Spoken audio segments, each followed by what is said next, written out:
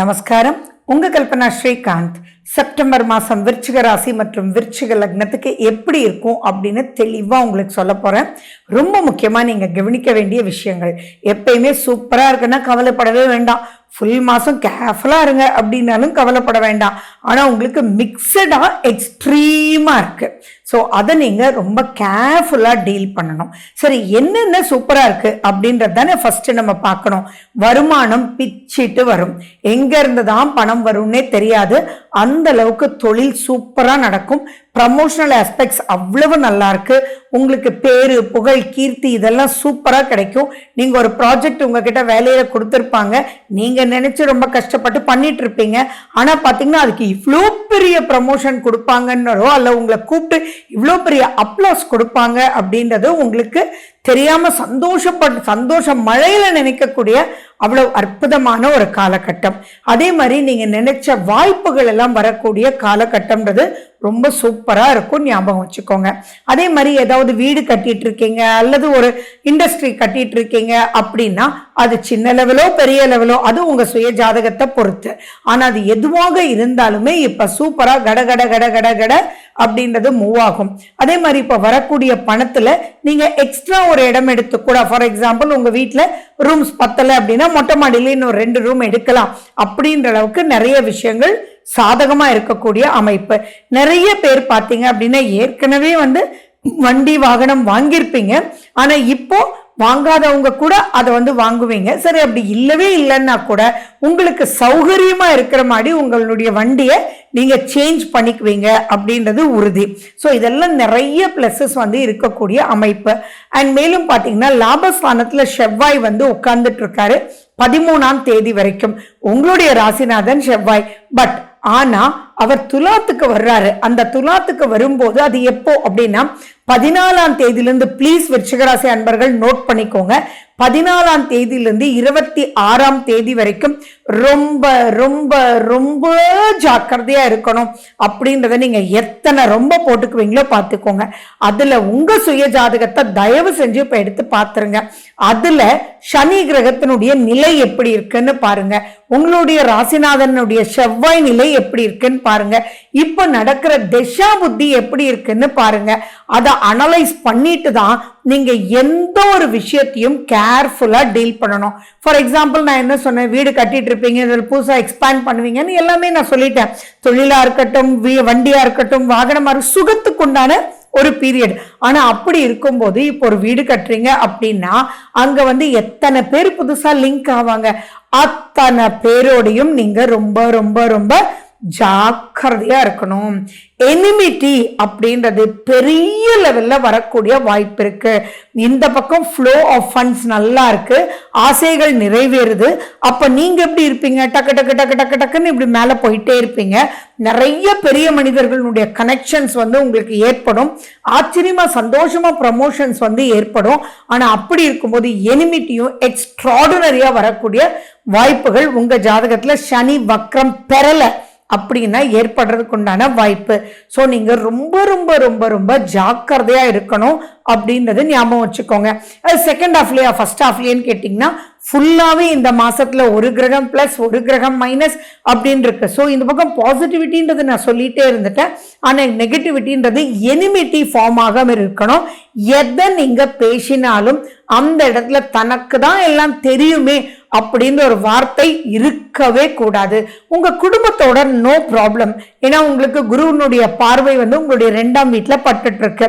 But ஆனா மற்றவங்களோட ரொம்ப ரொம்ப கேர்ஃபுல்லா இருக்கணும். அவங்களுடைய பலமறிஞ்சு நீங்க பேசணும் அப்படின்ற ஒரு பாயிண்ட் ஞாபகம் வச்சுக்கோங்க. இப்போ நீங்க ஏதாவது ஒரு டிஃப்ரெண்டா பண்ணீங்க அப்படின்னா ஏத்த மாதிரி இருக்கிறவங்களுக்கு ரொம்ப அழகா உங்களுடைய விளையாட்டு உங்களுடைய டெக்னிக் தெரிய ஆரம்பிச்சிடும். அதனால ரொம்ப பெரிய ப்ராப்ளம்ஸ் ஏற்படுறதுக்கு உண்டான வாய்ப்புகள் இருக்கு. ஸோ எதுவாக இருந்தாலுமே நேரா பேசுங்க. ஆனா அந்த நேரா பேசும்போதும் அவங்கள ஹர்ட் பண்ணாம பேசணும் அப்படின்றது மிகப்பெரிய தாரக மந்திரம். அது நீங்க குழந்தையா இருந்தாலும் சரி, ஜாப்ல இருந்தாலும் சரி, எதுவாக இருந்தாலும் சரி.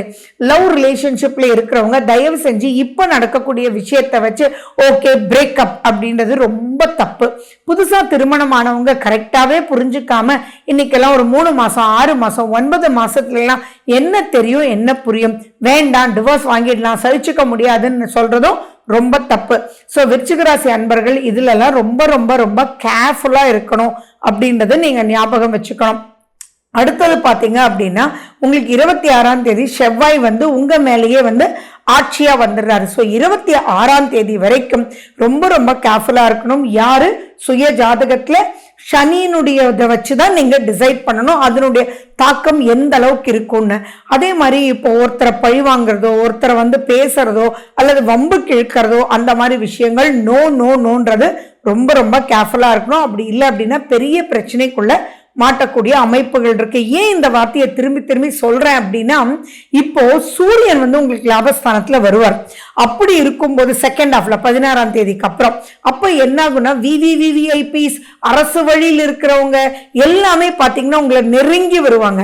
அப்போ ஒரு மனிதனுடைய சுய குணம் என்ன, அதுவும் விருச்சிக ராசி அப்படின்னு சொல்லும்போது தே ஆர் ஹைலி டேலண்டட். அவங்களுக்கு தெரியும் எந்த அளவுக்கு. விருச்சிகம் அப்படின்னாலே பிரம்மாண்டமா உங்களுக்கு விசித்திரமா தோணும். இன்ட்யூஷன்ஸ் நிறைஞ்சது விருச்சிக ராசி. இதெல்லாம் நீங்க பார்த்துட்டு தான் இருப்பீங்க. சரி இவங்களை யூஸ் பண்ணி நம்ம அப்ப பண்ண வேண்டியது இப்ப பண்ணிடலாமே அப்படின்றதுக்கெல்லாம் உரிய காலம் இது அல்ல அப்படின்றத நீங்க ஞாபகம் வச்சுக்கணும்.